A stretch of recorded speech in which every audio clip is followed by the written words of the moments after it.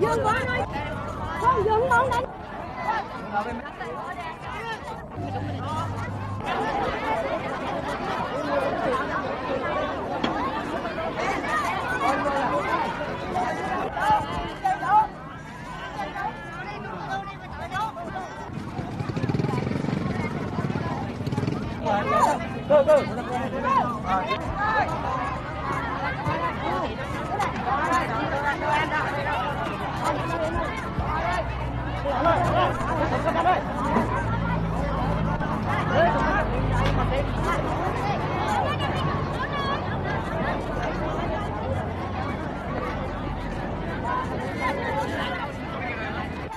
Just a few minutes ago we had confirmation that the city of Hue had fallen to the communists. It looks very much as if the North Vietnamese up there allowed these troops and these people to leave the beaches without firing on them, giving them a chance to get away before entering the city. But in fact this could be just the small part of a much bigger evacuation, because now that Hue and Quang Tri has fallen and Tam Kỳ in the south has gone, this itself, this port and these people could be part of a very much bigger evacuation. This in fact could be the next target for the communist North Vietnamese. Michael Nicholson, News at 10, in the port of Da Nang, South Vietnam.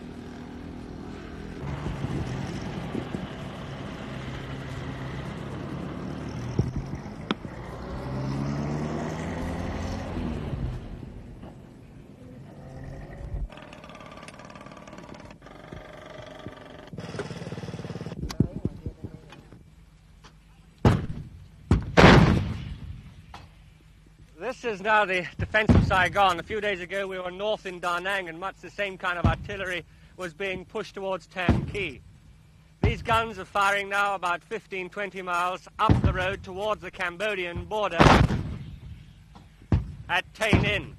The communists are now surrounding Tay Ninh, and this morning they were sending their shells into this base.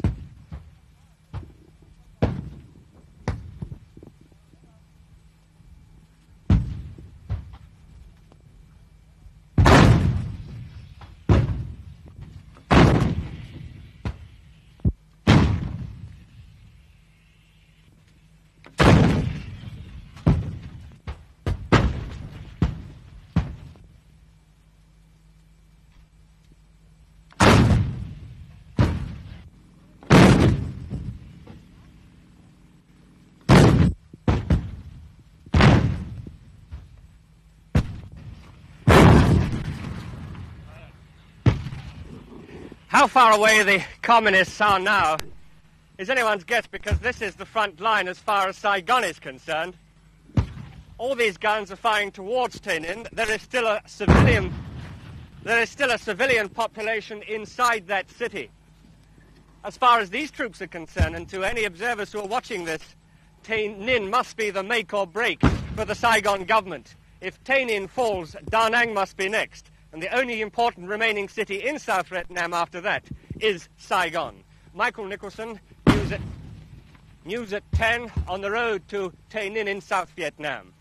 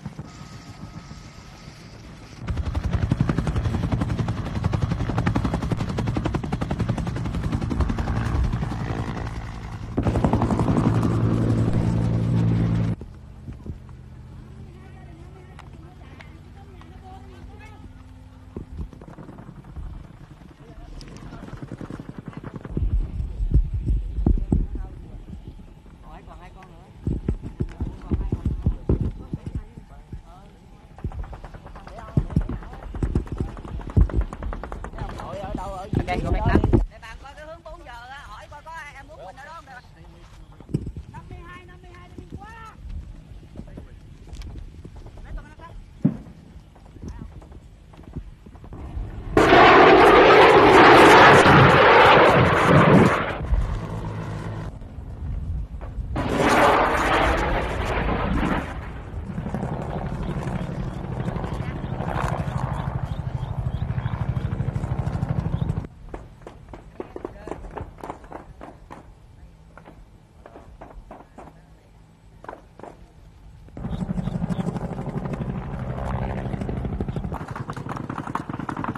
So until 6:30 this morning, this was still considered a safe area.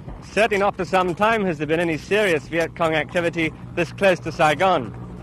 So this morning, a lot of very senior South Vietnamese officers must have been surprised and perhaps upset to find how easily the Viet Cong had infiltrated so close to Saigon along this highway to the Mekong Delta. Michael Nicholson, News at 10, Long An in the Mekong Delta.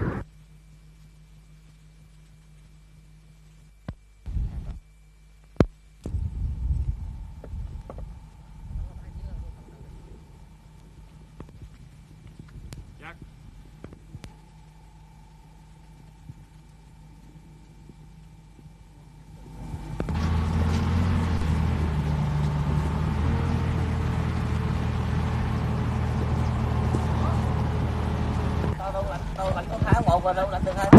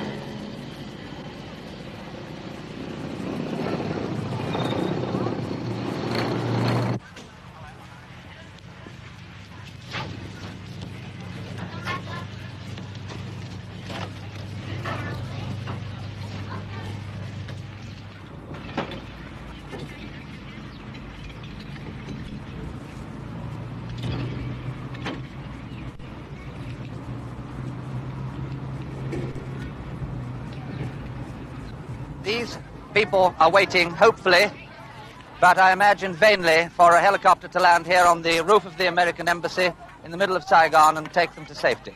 But they have no papers. They've just come here because the whole embassy is wide open. They've come up the stairs. They're, in fact, on the chopper pad. No helicopter would probably land under these circumstances. And so they wait here vainly.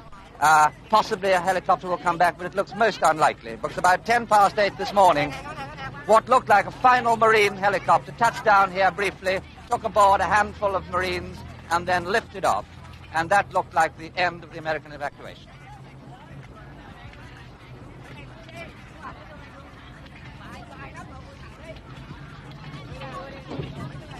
I had one select man that should definitely have left. I was waiting for him. He's sitting up here now, and here we are. How do you rate the chances? Negligible now. Do you think the last ones have gone? I think they're all gone. I think these people up here are committing suicide staying up here, but what can you do? Taken out, you think? You think he flew out yesterday? Yeah, him will. Okay, and you're just staying on? Fine, thank you very much indeed. Wish you the best of luck. I hope you can bring me go see him. Well.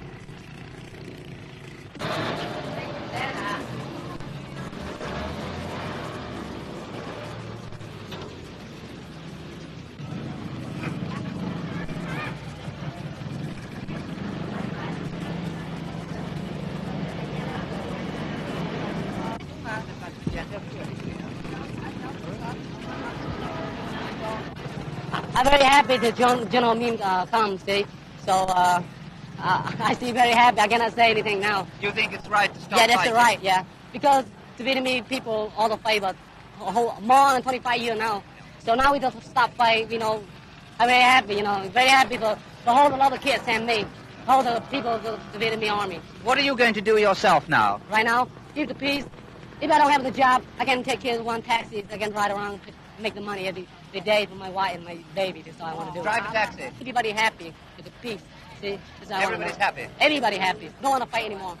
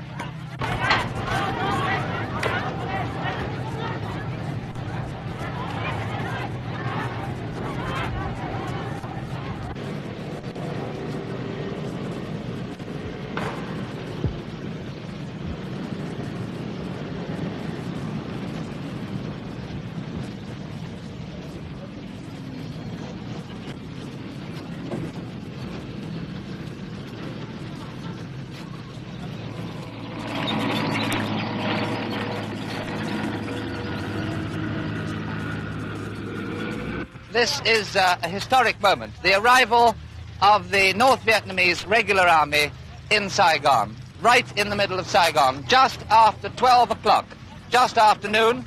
Here they are, pouring down the main avenue. Further up there is the American embassy. And at this end of the avenue, is the former presidential palace, which President Chu left just over a week ago, and from which General Min has today announced that he will unconditionally hand over to the new regime. And here they are, arriving in Saigon.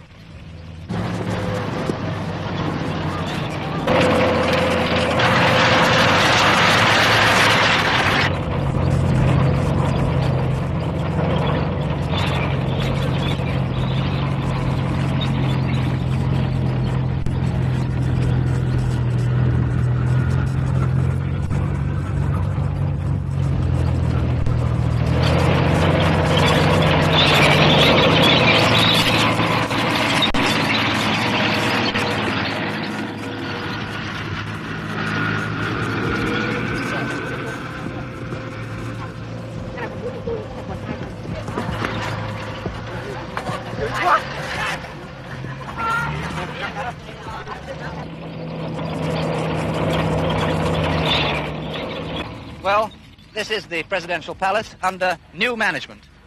There they are, the regular troops of the North Vietnamese army on the balcony. Above them, the flag, the North Vietnamese flag. They are now the new masters.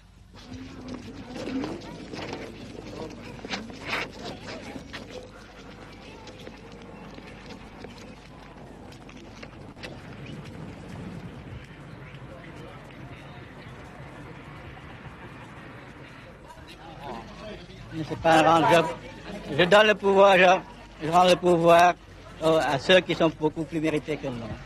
Beaucoup plus mérités. Oui.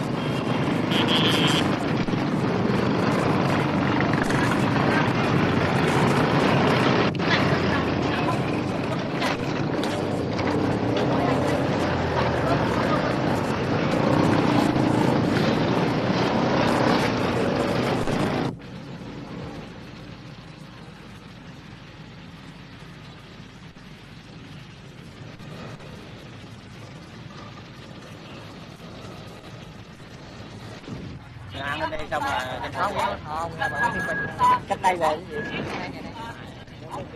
con giống thọ phát